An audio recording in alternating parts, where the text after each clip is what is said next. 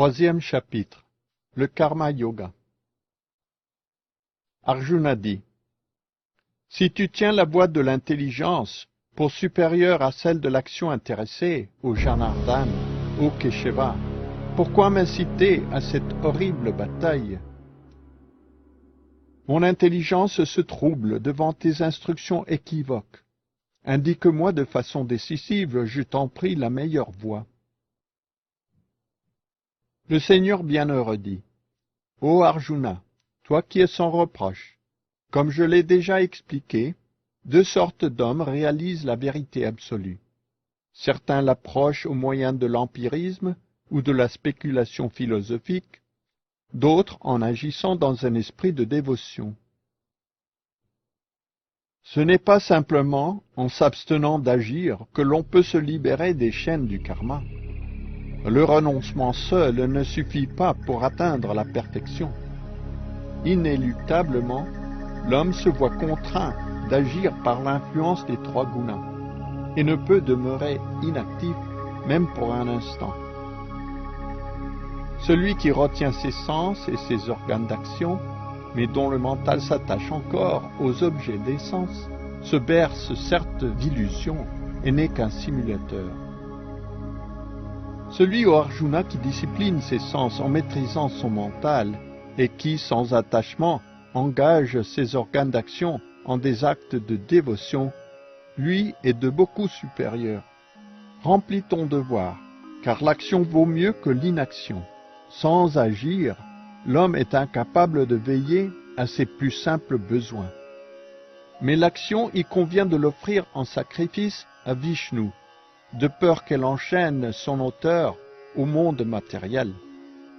Aussi, ô fils de Kunti, remplis ton devoir afin de lui plaire, et à jamais tu seras libéré des chaînes de la matière. Au début de la création, le Seigneur de tous les êtres peupla l'univers d'hommes et de dévas. Recommandant les sacrifices à Vishnu, il est béni en disant: Que ces yagyas vous apportent le bonheur et répandent sur vous tous les bienfaits désirables. Satisfaits par les sacrifices des hommes, les dévas à leur tour satisferont les hommes, et de ces échanges mutuels naîtra pour tous la prospérité. Satisfaits par ces yagyas, les dévas ne manquent pas de pourvoir à tous les besoins de l'homme, mais qui jouit de leurs dons sans rien leur offrir en retour, est certes un voleur. Les dévots du Seigneur sont affranchis de toute faute, parce qu'ils ne mangent que des aliments offerts en sacrifice. Mais ceux qui préparent des mets pour leur seul plaisir ne se nourrissent que de péché. Le corps de tout être subsiste grâce aux aliments dont les pluies permettent la croissance. Et les pluies coulent du yagya, le sacrifice qu'accomplit l'homme en s'acquittant des devoirs qui lui sont prescrits. Les devoirs prescrits sont donnés dans les Védas, et les Védas sont directement issus de la personne suprême. Par suite, l'absolu omniprésent se trouve éternellement dans les actes de sacrifice. Ô Arjuna, celui qui n'accomplit pas de sacrifice comme le prescrivent les Védas, vit certes dans le péché. Il existe en vain celui qui se complaît dans les plaisirs des sens. Cependant, il n'est point de devoir pour l'être éclairé sur le moi véritable, qui parfaitement comblé ne se réjouit et n'est satisfait qu'en lui. Celui qui a réalisé son identité spirituelle ne poursuit aucun intérêt personnel en s'acquittant de ses devoirs, pas plus qu'il ne cherche à fuir ses obligations. Nul besoin pour lui de dépendre d'autrui.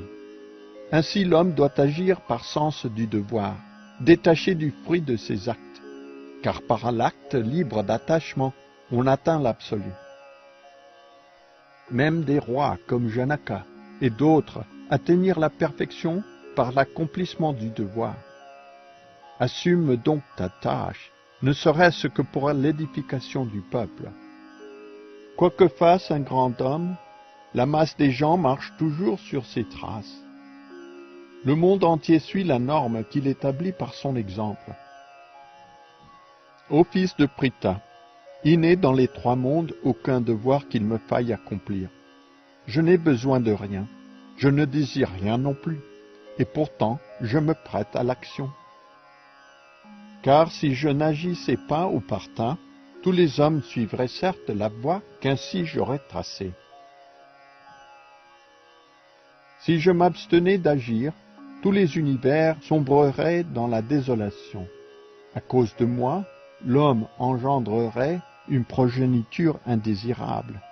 Ainsi, je troublerais la paix de tous les êtres.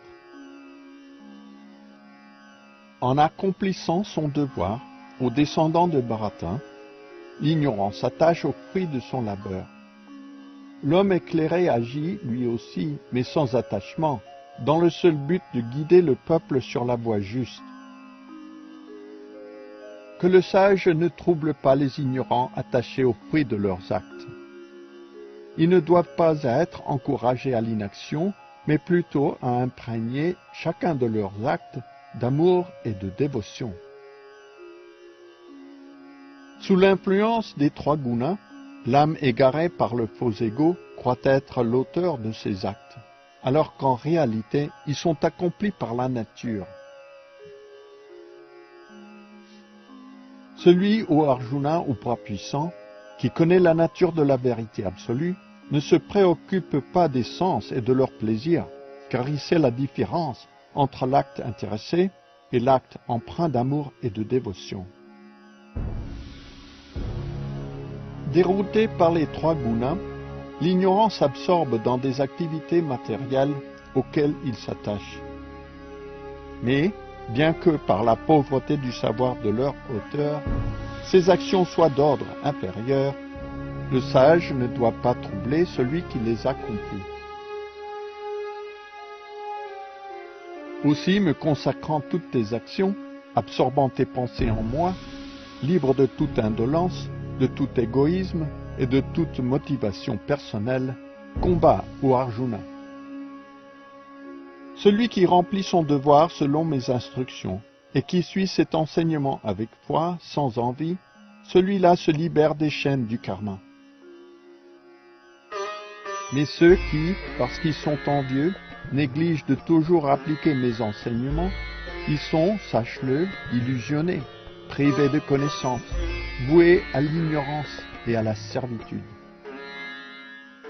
Même le sage agit selon sa nature propre, car il en est ainsi de tous les êtres. À quoi bon refouler cette nature? Bien qu'éprouvant de l'attraction et de la répulsion pour les objets des sens, les êtres incarnés ne doivent se laisser dominer ni par les sens, ni par leurs objets, car ceux-ci constituent un obstacle à la réalisation spirituelle. Mieux vaut s'acquitter de son devoir propre, fût-ce de manière imparfaite, que d'assumer celui d'un autre, même pour l'accomplir parfaitement. Mieux vaut échouer ou mourir en remplissant son devoir propre que de faire celui d'autrui, chose fort périlleuse. Arjuna dit, ô descendant de Vrishni, qu'est-ce qui, même contre son gré, pousse l'homme au péché comme s'il y était contraint? Le Seigneur bienheureux dit, c'est la concupiscence seule, ô Arjuna. Née au contact de la passion, puis changée en colère, et constitue l'ennemi dévastateur du monde et source de péché. De même que la fumée masque le feu, de même que la poussière recouvre le miroir, et que la matrice enveloppe l'embryon, divers degrés de concupiscence recouvrent l'être. Ainsi, ô fils de Kunti, la conscience pure de l'être est voilée par son ennemi éternel, la concupiscence, insatiable et brûlante comme le feu. C'est dans les sens, le mental et l'intelligence qu'elle se loge, cette concupiscence qui égare l'être en étouffant son savoir véritable.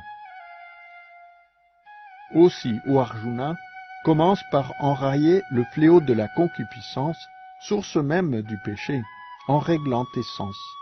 Écrase au meilleur des bharatas, ce dévastateur de la connaissance et de la réalisation spirituelle.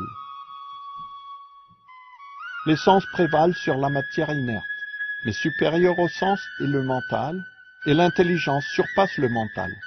Encore plus élevé que l'intelligence, cependant, est l'âme.